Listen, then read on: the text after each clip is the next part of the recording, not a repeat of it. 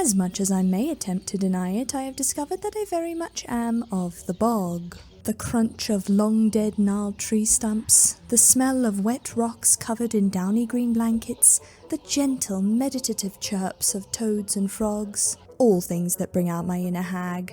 And what is a hag without a moss bag?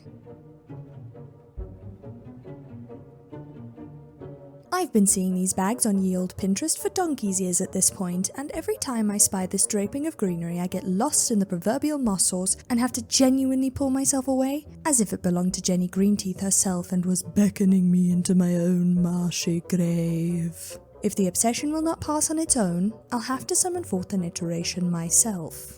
Any good spellcraft starts with pencil and parchment. Drawing out my ideas helps me visualize them in a more tangible way and gives me the opportunity to think about things like construction and silly add-ons. To make my bag more fit for a hag, I figure adding on little pins in the shapes of mushrooms and bugs will turn out positively darling. Here's what I ended up with. Seems simple and straightforward, so this should work up pretty quickly.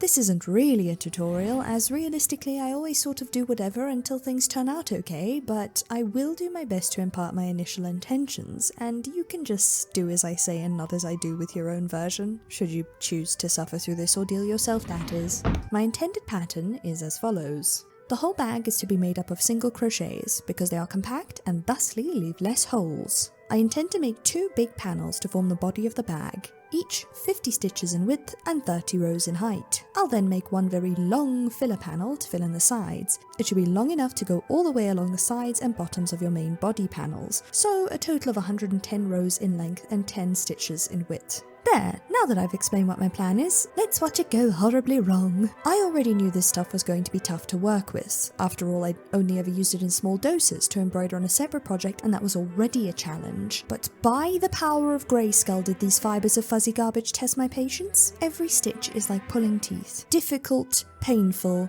and slippery. Luckily, the nature of this yarn was such that it hides every mistake I make spectacularly. You lose some, you win some. I now present to you a montage of struggle stitching while it rains, set to a piano rendition of Claire de Lune.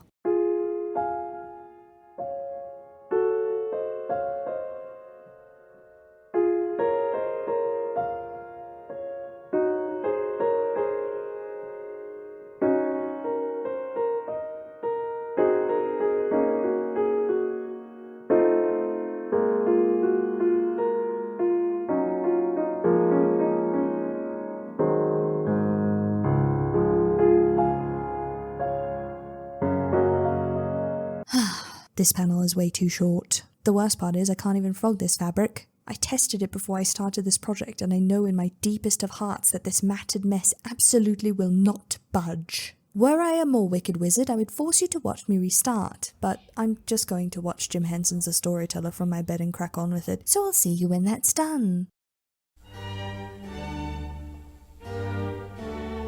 I finished the front main body panel, the back main body panel, and the long side panel. I then joined all those together with a whip stitch and a prayer, because sewing this fabric is even more of a nightmare than crocheting with it. Once sewn, I added in a few extra strands of yarn to dangle delightfully from the moss base, and stitched on some metal hardware for durability's sake. It was at this point that a sort of giddy feeling started to take over. All that hard work crocheting hadn't been for nothing. The bag was starting to look like, well, a bag. How unfortunate for me that I still had to make a bag strap. I was pretty short on the yarn at this point, so I set about making the longest strap I possibly could. It ended up being not very long at all. But I realised I could take my unforgettably unfroggable panel, cut it to size, and give my strap an extension. Which actually worked! I could then fold the whole strap in half and sew it closed to create a tube, creating a more solid and comfortable handle. I then added in some more metal hardware to enable the straps to be removable. Should I, somehow somewhen along the line, decide to make variations of straps for this bag? Perhaps longer ones? Perhaps inspired by those leather bits people make look like bark? Who knows?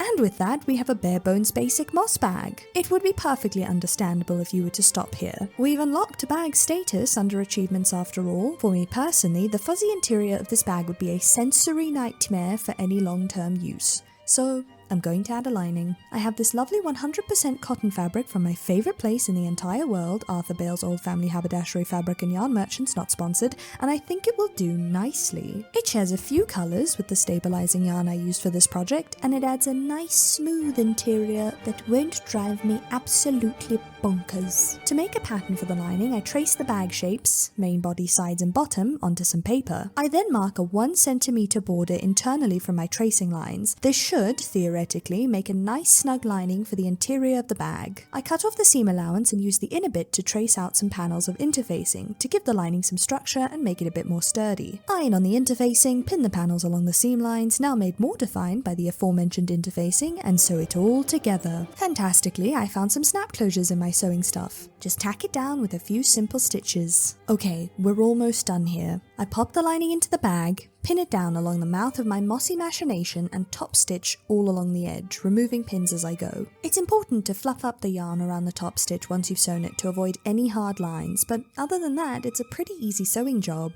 Bag done. What's next? Oh yes, pins. I don't have any pin backings. I could order some, but I think it would be more fun to look around in my stash of wizard trash. Here's what I managed to find. We have some earrings and some old metal pins and buttons that I'll keep face down to avoid offending any fandoms or corporations, thank you very much. As gently as I can, I remove the pinny bits out of these buttons and store the rest away. Back to the stash with the earrings can be used just as because they're quite small, and the metal pins I'll just superglue to the back of whatever I sculpt. Speaking of sculpting, I'll need to crack on with that. The Ranger has this lovely book on mushrooms, so I borrowed it for reference and decided to make some fungus pins. The way I like to sculpt involves making a vague tinfoil shape of whatever I need and then slapping on thin layers of polymer clay to save on material. I use 2 different brands of clay, which I'm sure most people would dissuade you from doing, as it will contribute to less consistent results, but I'm not most people and I say do what you like. Since I have nothing more of value to say here, let me be quiet and let you enjoy the process.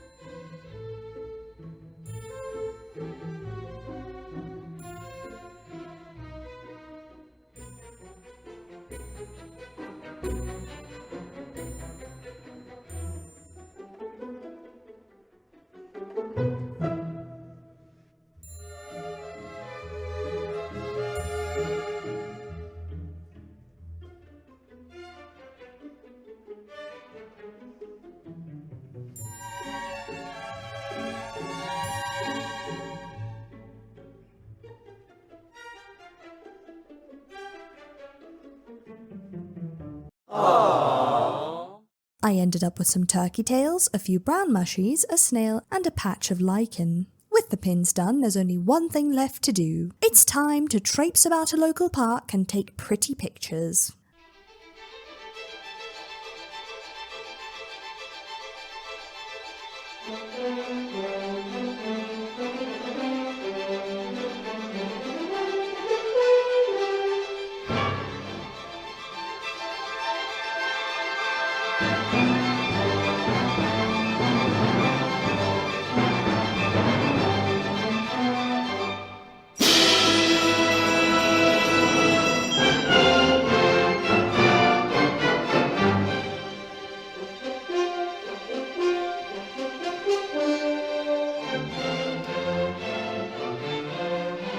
I'm so genuinely ecstatic with how this bag came out. The lining and metal hardware really helped make it feel like a sturdy bag and not just a craft project that's going to stretch or warp with use. The pins are just as darling as I thought they would be, and I'm particularly happy with this lichen, although it is a little oversaturated in comparison to the real thing.